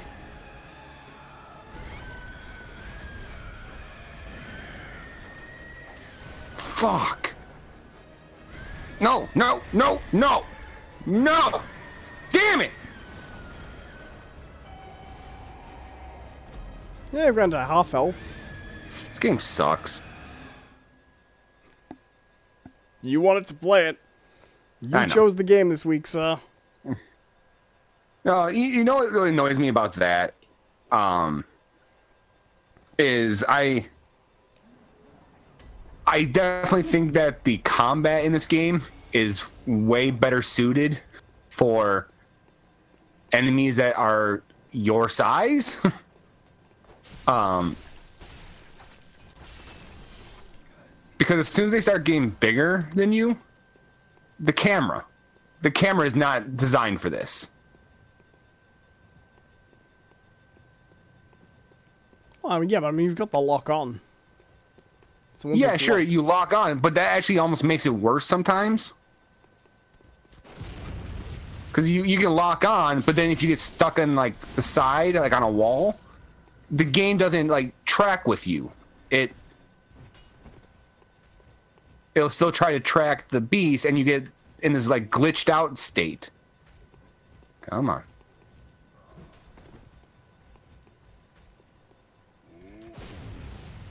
What? What?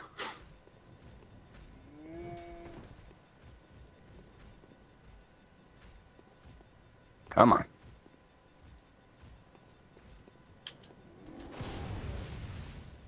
Okay, why aren't you stunning? I literally did the same thing to the guy before you, and it worked, and why aren't you getting stunned?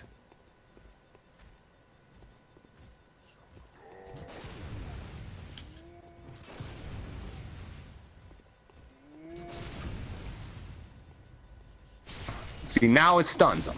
What? Explain that one to me, Owen. What the hell just happened? You watched what just happened. I don't know. I didn't make the game. Your timing must have just been off. When the game is broken.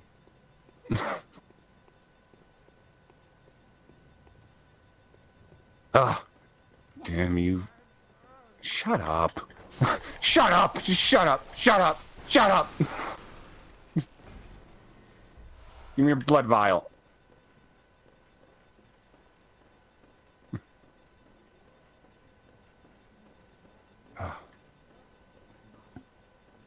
So you think you're gonna make it through the next two, was it 2 seasons now?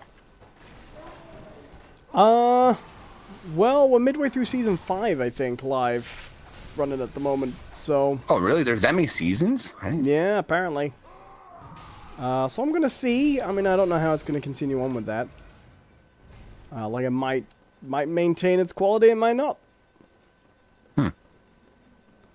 Because it was weird, like, I remember when it first came out, and I heard everyone talking about when it first came out how it wasn't great. And then I heard, oh, it got better. And then I heard nothing about it. And I thought it got canceled. Like, I literally heard nothing about that.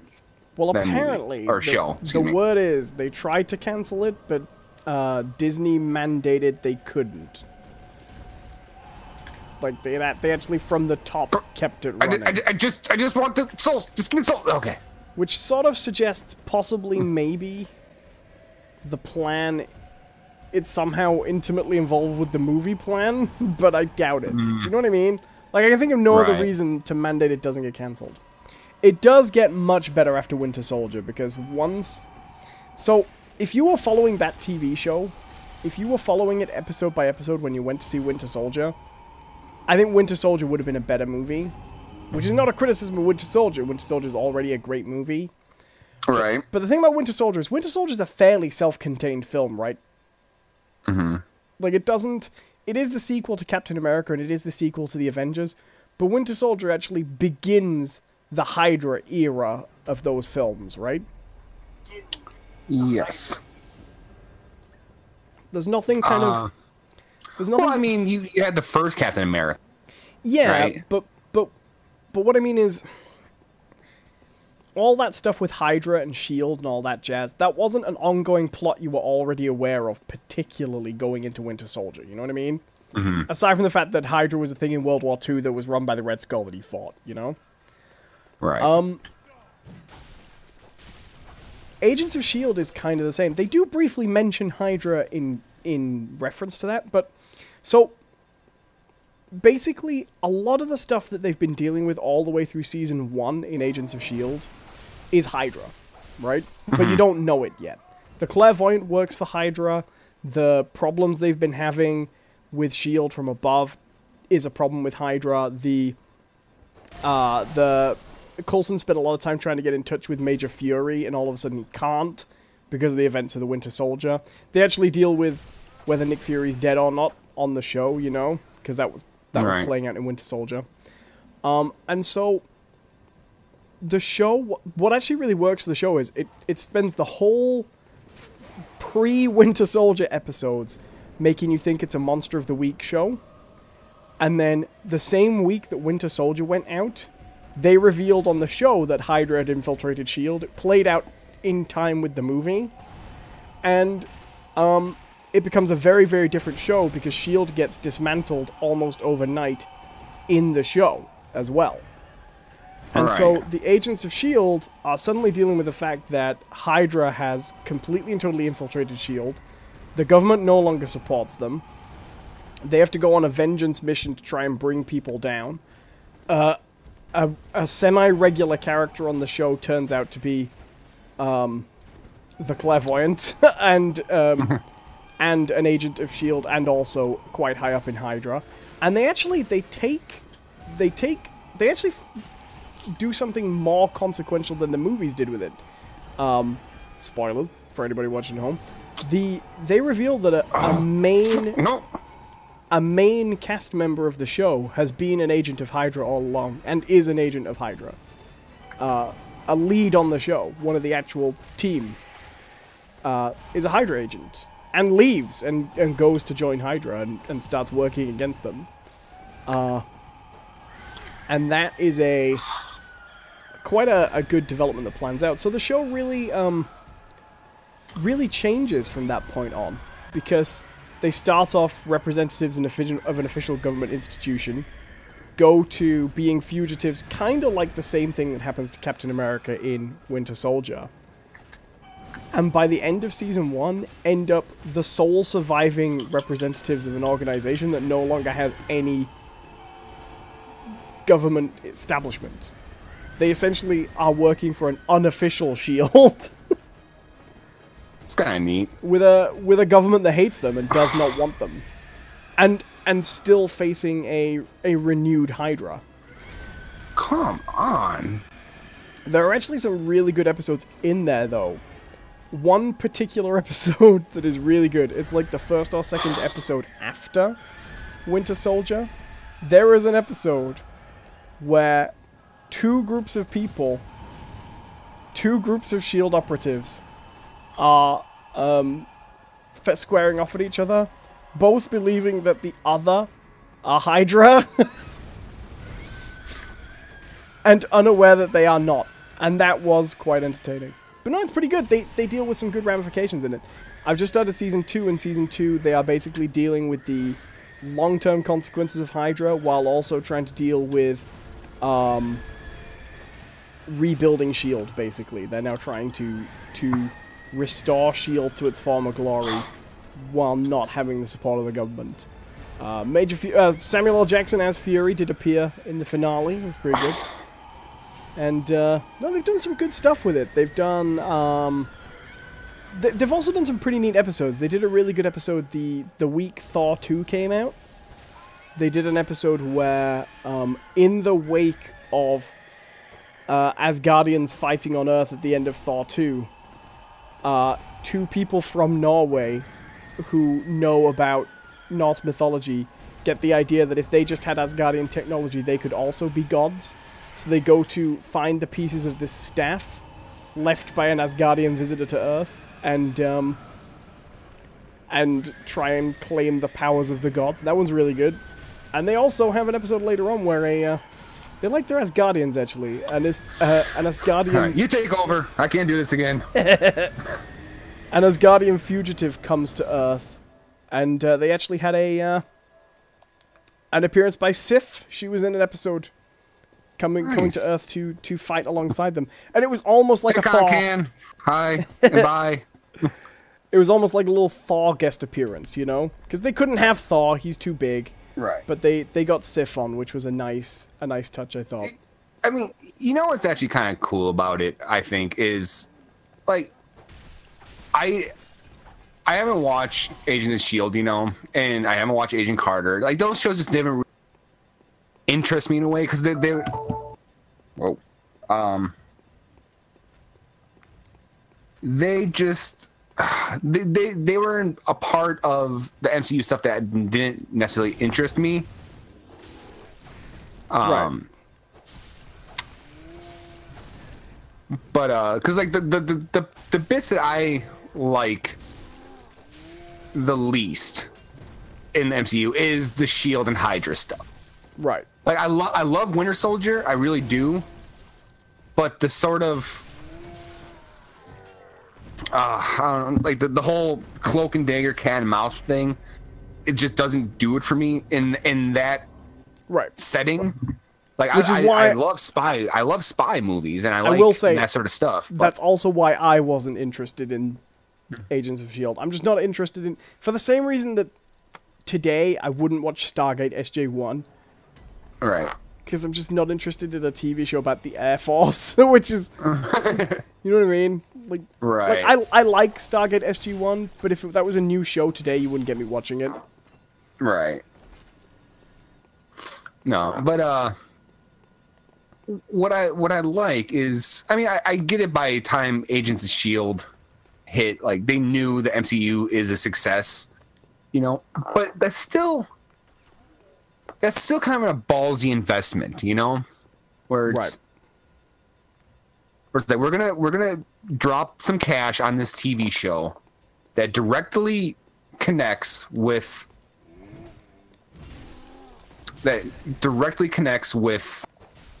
the movies, knowing that there's no way we're gonna drag the entire movie audience with it, you know? Yeah.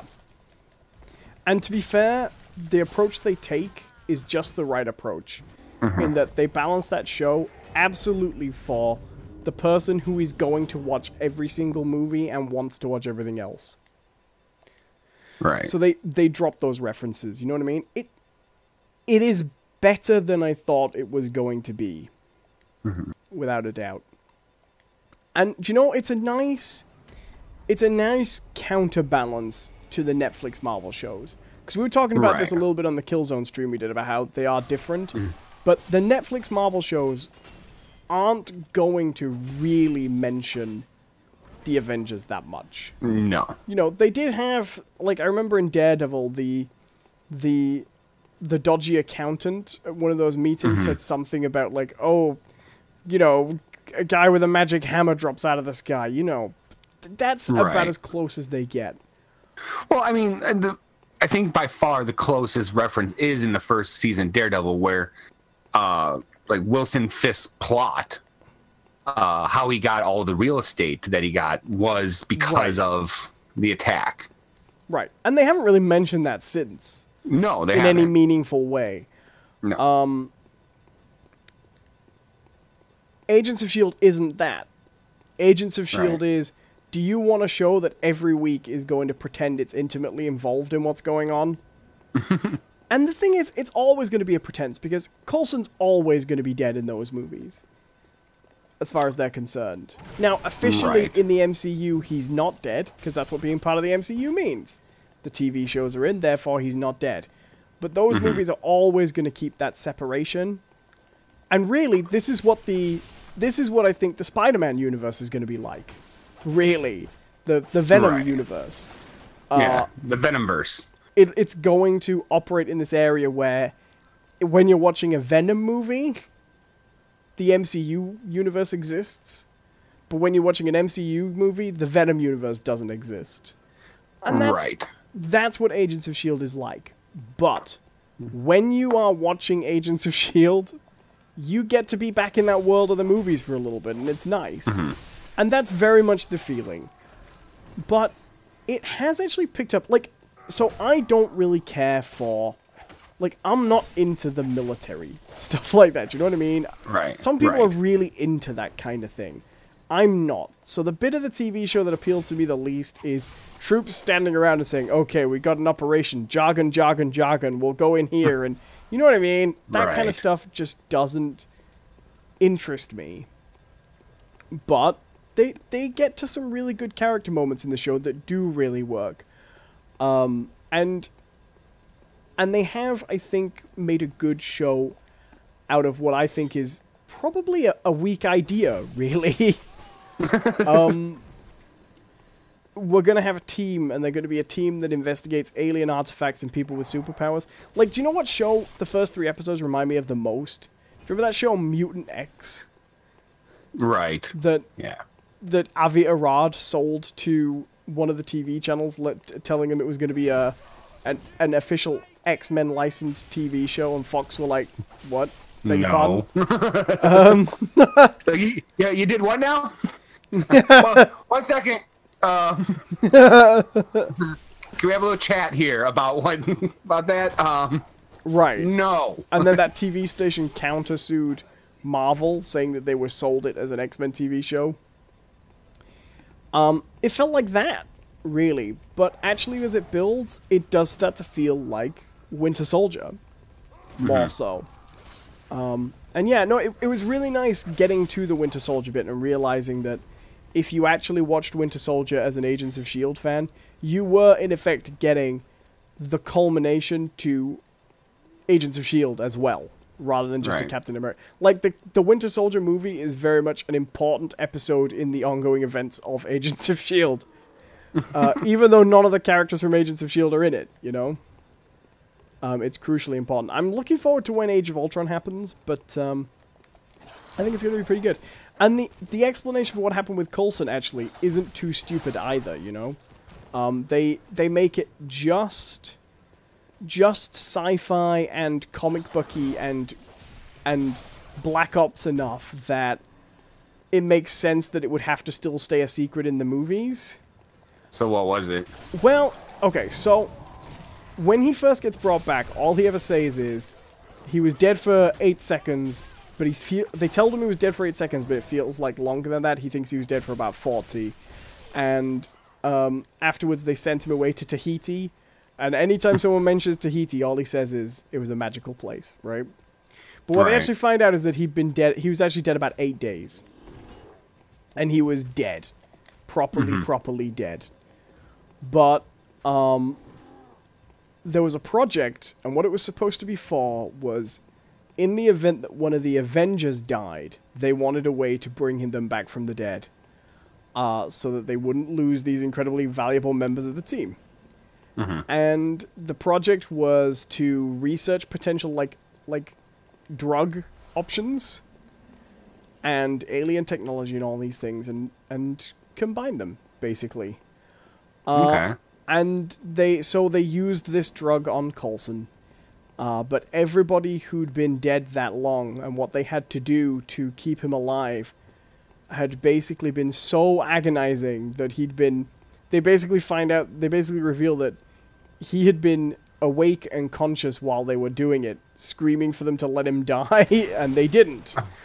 And so, because he'd essentially lost the will to live, everyone else they tried it on, the side effects had been devastating because the process was so unpleasant that they had to put false memories in him as well, that he'd been away doing something pleasant. They had to alter his memories of the procedure. And so he wasn't quite sure how much memories he'd had. And they tracked down the facility because they had to take someone else, and they found this drug that they used on him. And when they revealed... Coulson found where the drug had come from, and it was being siphoned out of this big alien body that I am fairly sure is a Kree. Okay. So, basically, the long and short of it is, he did properly die, and his heart was too damaged to actually restore. He'd been dead too long, but they have a drug that came out of aliens, but they also had to alter his memories and not tell him the truth, because anyone who knew the truth, anyone who didn't basically have their memories altered going through the process, just didn't come out the other side sane, basically. Right. And so it's left these long-term questions of whether or not his sanity's intact, because other people over the course of the show get infected by the same blood, and they basically go nuts. But they go, like, religious nuts, if you know what I mean? Like, right. I've seen the one true unity. No. Damn it! Oh, these rats, man. I hate these rats. Why do they have to be rats? I love the way they fall, though. Ah, no! Oh, Reginald! No! So yeah, Coulson... See, I know a lot of people say, oh, Coulson's not really alive. He's just alive in Agents of S.H.I.E.L.D., and that's not canon because they don't mention it in the movies. I don't take that approach. You know what I mean? No, I mean...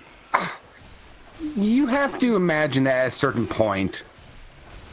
Like, I know you don't think they will, but I think they'll make a reference, at least. I don't think they will while the movies are successful substantially more so than the TV shows. Do you know what I mean? I think... What the hell did you use on yourself? I pressed the wrong button. I up on the D-pad. This puts blood on your bullets and gives you extra ammunition and makes them a little bit more deadly. But it hits your health. But no, I know what you mean. Everyone says that the movies will never touch the...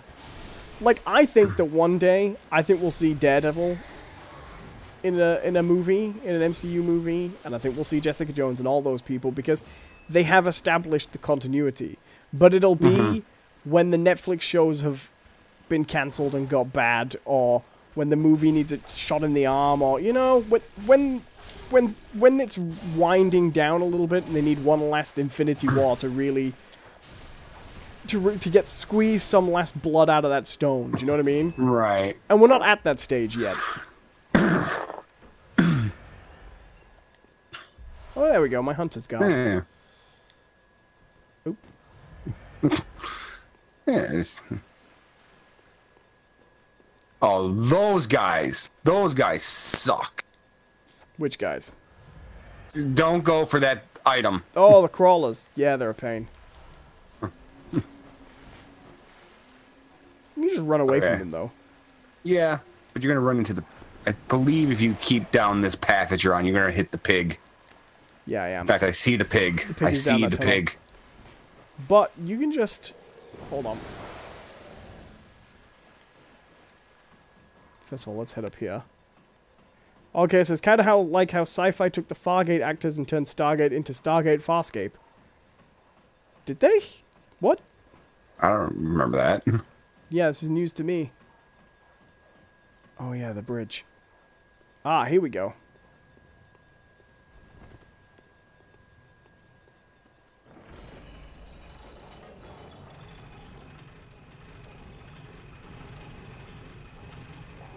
There we go. So we've used this now. So we should now be able to get that when we need it. Got it. Once you've used it once, you should be able to pull it up and down. I think. Later seasons were taken over with Farscape actors. In Stargate, I remember that guy from... The problem is I never watched Farscape, so... Oh god, yep. Oh dear. What are those guys? Well, it's not exactly a guy. Right, let's make sure the stamina's full.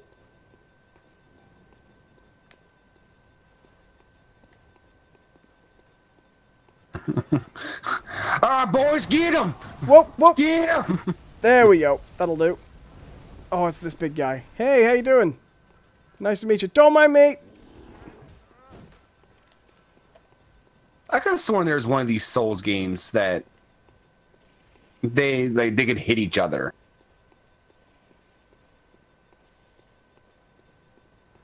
Uh-oh. Uh-oh. Oh, you walked into the next boss battle. Well done. Yeah, I kind of did.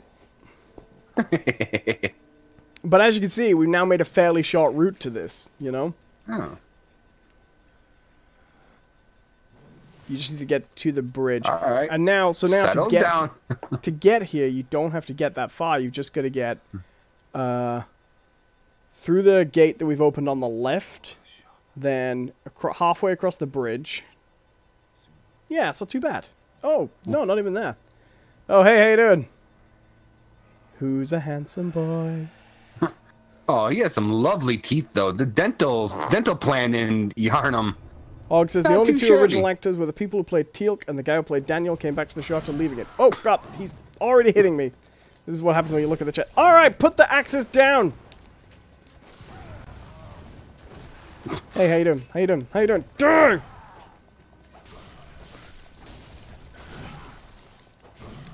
Back up and heal, man. I'm working on it. Working on it. Hey, how you doing? Oh, I bet you right then you probably could have shot him when he does a leap.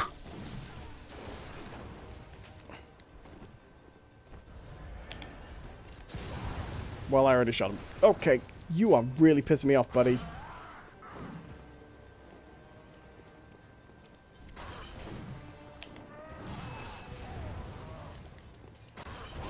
Whoa, whoa. Oh, well. That went well. All right, let's switch over. I want to try to get him once, and then maybe we can wrap up. Well, also, now you know the route if you want to try and get to him on your own save. Yeah. Because I think he's easier than the Cleric Beast. I think you can do him. Well, I already killed the Cleric Beast in my other playthrough. Oh, sure, but I think he's easier than the Cleric Beast anyway. Right, I'm just going to stop the share play and start again because we only got 2 minutes. Okay. Alright. But yeah, so, I would recommend actually getting through Agents of S.H.I.E.L.D. I know it's rough at the beginning, but it is kind of worth it. And it does get into the Hydra stuff, but actually, I think it actually makes the... I think it makes the Hydra stuff in Agents of S.H.I.E.L.D. in the Marvel movies a little better, actually. Okay. And there are some nice crossover episodes. Nice. But yeah. Alright, yeah, maybe I'll give it a shot. I don't know. It's... Well, they also... later it would require nothing else really being on for me to go, okay. Yeah. Well, it's just get the willpower to get through the early episodes, because, by the way, I wasn't kidding, they really are bad. It doesn't start well at all. There's actually a real gut punch at the opening of season 2 as well. There was it went from being a show where I was like, this is lame, to being a show that genuinely gave me like one of the saddest moments on TV right at the beginning of the second season 2. Okay, was it this way, right?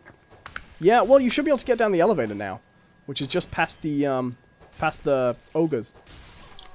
Let me just check. I mean, it might not work again, depending on...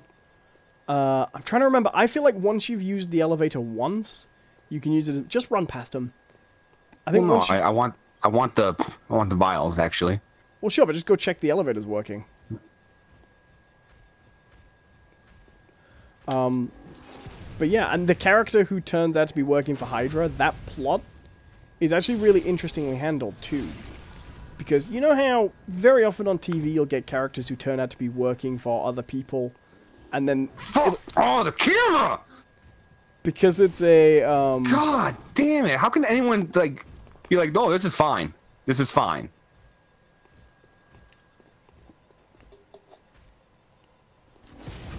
Y'all drink the Kool-Aid. Y'all drink the Kool-Aid! There's nothing wrong with it. You weren't locked on. No, because I was locked onto the guy I just killed, and then the fucking camera went nuts on me.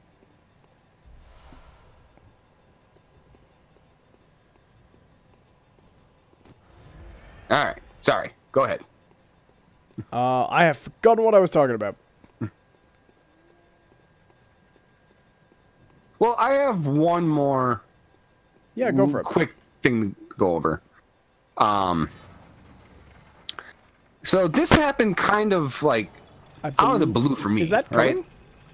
Yes. Oh, there we go. I don't have the sound on mine, so. Oh, okay.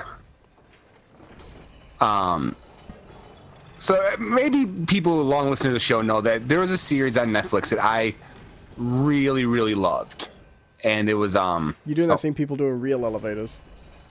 Yeah. It was a show called Dear White People. And come on. Ah! That thing gonna fall again? No. Yeah. Fuck you. But it was a show called Dear White People that I really and I didn't hear anything about it at all. And all of a sudden I noticed, like, oh yeah, season 2. But what? Like, and it'd been out for like, oh, what the? Fuck you. You only get the cutscene the first time you hit him. Well, no, I get that. That's... Oh yeah, he's right there. Yeah, you know, he was all up in my shit. Ow. Fairly certain you're gonna die. There it is. Fuck. So season 2 just dropped like out of the blue, and so I started watching it, and I'm not too far into it, but I will say, as far as I am, it's still really good. And the only thing, like, it's going places that I am not at all surprised that it's going. Which is fine. Like, the show bases itself on being a slightly humorous take on, you know, issues involving race and youth and things like that. But like right off the bat, and now that the show started, like right away, there's a mysterious internet alt-right troll who is going after people, and no one knows like who he is or what he's doing, but he's saying a lot of horrendous stuff. And oh, god damn it. Who designs an elevator like that? So But, you know, of course, that is all a, you know, of course there was going to be like an internet alt-right troll, because that's the state of the world we're in right now. But it's also been focusing a lot more on, in the, like, these first 4 episodes I've watched, it's been focusing a lot on, like, personal relationships more so than, like, some of the social stuff. Fuck you. Oh, come on.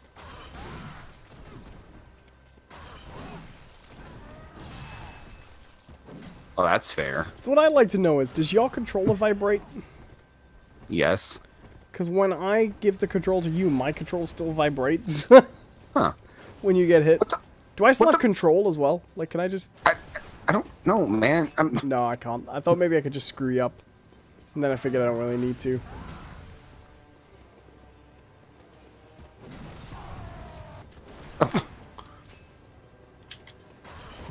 There it is. I knew it was... Yeah, I'm gonna hit you on the ground! How do you like it? Oh, really?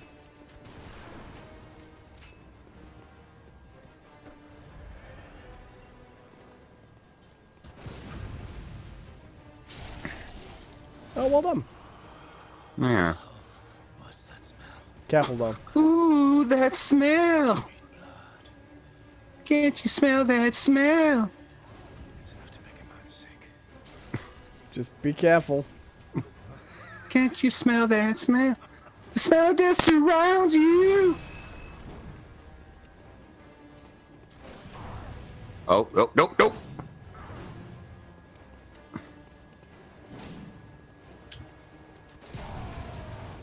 You can do it, John! Yep. I believe in you, Johnny boy! Oh, god damn it, that's not a... He's trying to figure out when he's actually stunned.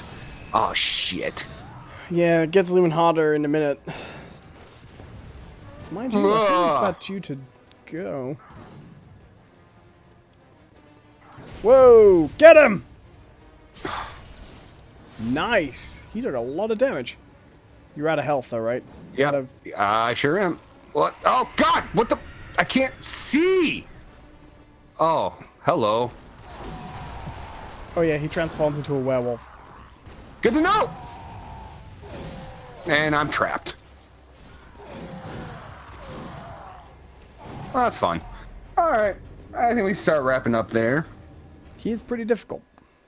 Yeah. But not as hard as the cleric beast, as you can tell. No. His second phase... I think when I get on my own playthrough, I probably get him in like 1 or 2 shots. His second phase is a lot tougher than his first phase. But when I defeated him... Like, I did the first one, and he beat me. Mm-hmm. And then I think I did another one, and he beat me again. And I did him on my 3rd time, and I managed to get him before he actually transformed. Because you can, if you get him quick enough, you know? Or only... I got him a lot... His health really whittled down before he transformed, so... He's pretty doable, actually. Alright, so, should we get out of here? Yeah. Thank you all for watching. Hope you've enjoyed the show. Well, actually, real quick, is there any final comments? No, that's pretty much it. I just want to say Agents of S.H.I.E.L.D. is better than I thought it was, and that's all I have Anything to talk from about the chat? this week. Oh, no, just still going on about Stargate. Well, just from when we were talking about Stargate, that's pretty much it. Gotcha. Sinister Minister says, good show, but that message just came in. Thank you. Well, I don't know if he means we did a good show, or if he means it in, like, the British sense. Good show, sir. Right. Good show. Oh. Pip, pip. Okay, says, other than making fun of John, no. Yeah, go for it. You can make fun of me. John's awesome Bloodborne skills. This might be the only game I'm better at than John, I think. Well, as it stands, I did do considerably better against Father Gascon than you did. So let's, fine. You know what? I'm gonna prove it. I'm gonna prove it right now. I'm going in, no health vials. I'm gonna kill him. I'm gonna kill him right here. This is it. Oh, shit. Well, I mean, you just misoperated the elevator, so. That's fine. My goal was to... Come on, let's wrap up the show, Jonathan. You got insight now, by the way. No! You've got insight now, by the way, if you wanted to summon Gascoigne for the Cleric Beast. Because you saw Gascoigne, so you got some insight. Okay. No, we're not going to shut the show down. I'm going after Gascoigne. One time. This is it. No-hit speed run. Well, it's worth mentioning, once you've killed Gascoigne, you can't summon him against the Cleric Beast later. That's fine. This ain't my game. Technically, it's not mine either. It's the one I use for the podcast. Right. Okay.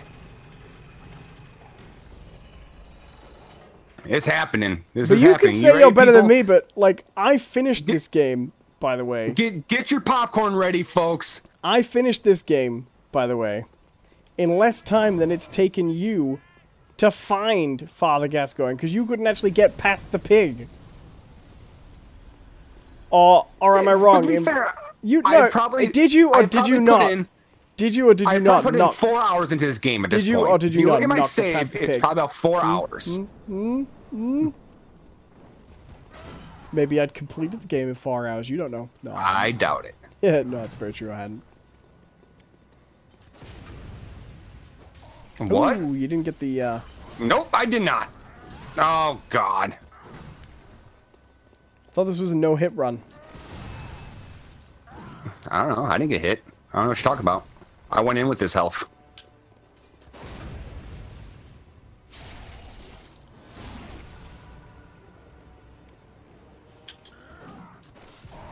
I have to say, every time I play this, I hate the threaded cane.